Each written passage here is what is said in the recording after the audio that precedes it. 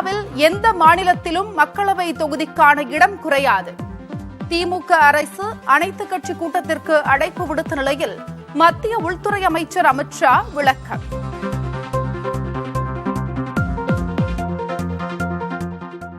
தொகுதிகளின் எண்ணிக்கையை உயர்த்துவதாக கூறினாலும் தமிழ்நாட்டிற்கு பாரபட்சம்.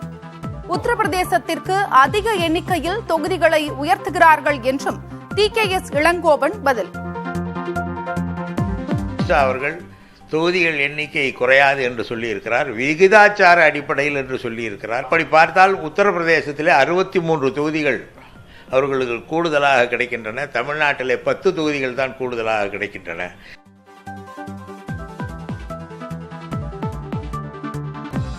மக்கள் தொகை அடிப்படையில் தொகுதி மறுவரையறை செய்யக்கூடாது என விசிக தலைவர் திருமாவளவன் வலியுறுத்தல். மாநில பிரதிநிதித்துவத்தின் அடிப்படையிலேயே தொகுதி மறுவரையை செய்ய வேண்டும் எனவும் பேட்டி.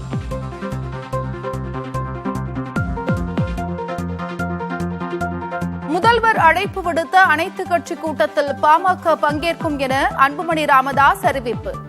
மும்மொழி கொள்கை விவகாரத்தில் பாஜகவும் திமுகவும் அரசியல் செய்வதாகவும் குற்றச்சாட்டு.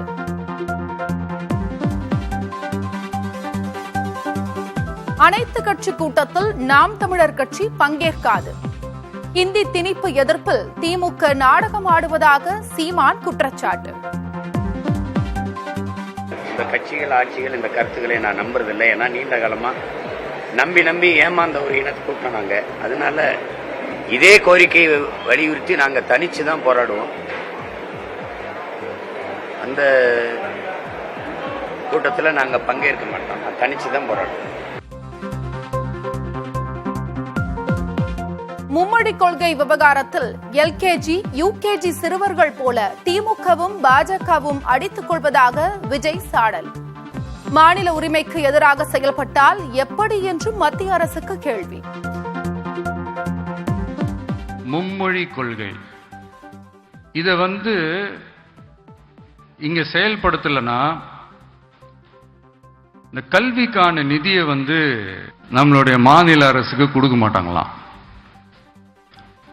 இந்த LKG, UKG பசங்க சண்டை போட்டுப்பாங்க தெரியுமா? அந்த மாதிரி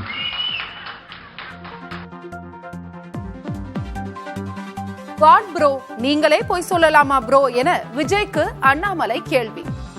உங்களுக்கும் உங்கள் குழந்தைகளுக்கும் 3 மொழி, தவேக தொண்டர்களுக்கு 2 மொழியா என்றும் காட்டம். வாட் ப்ரோ, ஒய் ப்ரோ, ஏன் ப்ரோ நீங்க உங்களுக்குள்ள LKG பசங்க மாதிரி சண்டை போட்டுக்கிறீங்க? நான் விஜய் அவர்களை கேட்கிறேன், practice what you breach bro, why bro telling lies. இது சகோதரர் விஜய் அவர்களுக்கு நான் சொல்றேன், உங்க குழந்தைக்கு 3 மொழி, நீங்க நடத்துகின்ற விஜய் வித்யாசிரம் பள்ளியில 3 மொழி, ஆனா தமிழக வெற்றி கழகத்தினுடைய தொண்டர்கள் குழந்தைங்களுக்கு 2 மொழி. What bro, practice what you breach bro. 2026 சட்டமன்ற தேர்தலில் தவேக புதிய வரலாறு படைக்கும் என கட்சித் தலைவர் விஜய் நம்பிக்கை. 1967, 1977 தேர்தல்களை போன்று புரட்சி நடக்கும் என்றும் சூளுரை. With a firm commitment to create history in the upcoming 2026 assembly elections of Tamil Nadu, like 1967 and 1977 assembly elections of our state, without compromising our party's ideological principles at any cost. தமிழக வெற்றிக் கழகம் பண்ணையார்களுக்கான கட்சி அல்ல என விஜய் திட்டவட்டம். அண்ணா, MGR கட்சி தொடங்கும் போது பின்னால் நின்றவர்கள் இளைஞர்கள்தான் என்றும் பேச்சு. நம்மளுடைய மாவட்ட நிர்வாகிகள் எல்லாருமே வெறும் இளைஞர்களாகவே இருக்கிறாங்களாம். ஏன் இருந்தா என்ன?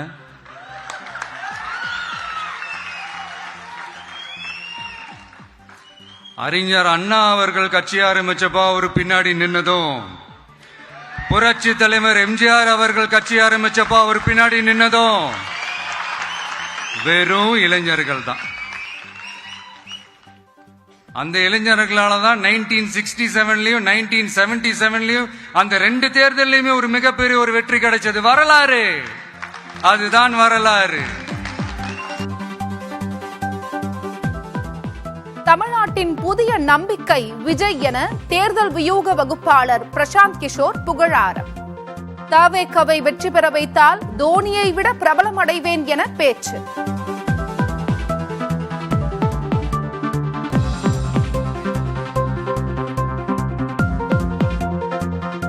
பெங்களூருவில் உள்ள நடிகை விஜயலட்சுமியிடம் வளசரவாக்கம் காவல்துறையினர் விசாரணை.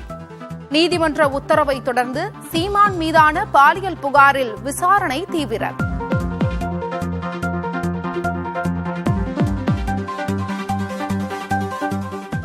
உலக தமிழ் ஆராய்ச்சி நிறுவனத்தின் தலைவராக ஓய்வு பெற்ற IAS அதிகாரி பாலகிருஷ்ணனை நியமித்தது தமிழ்நாடு அரசு.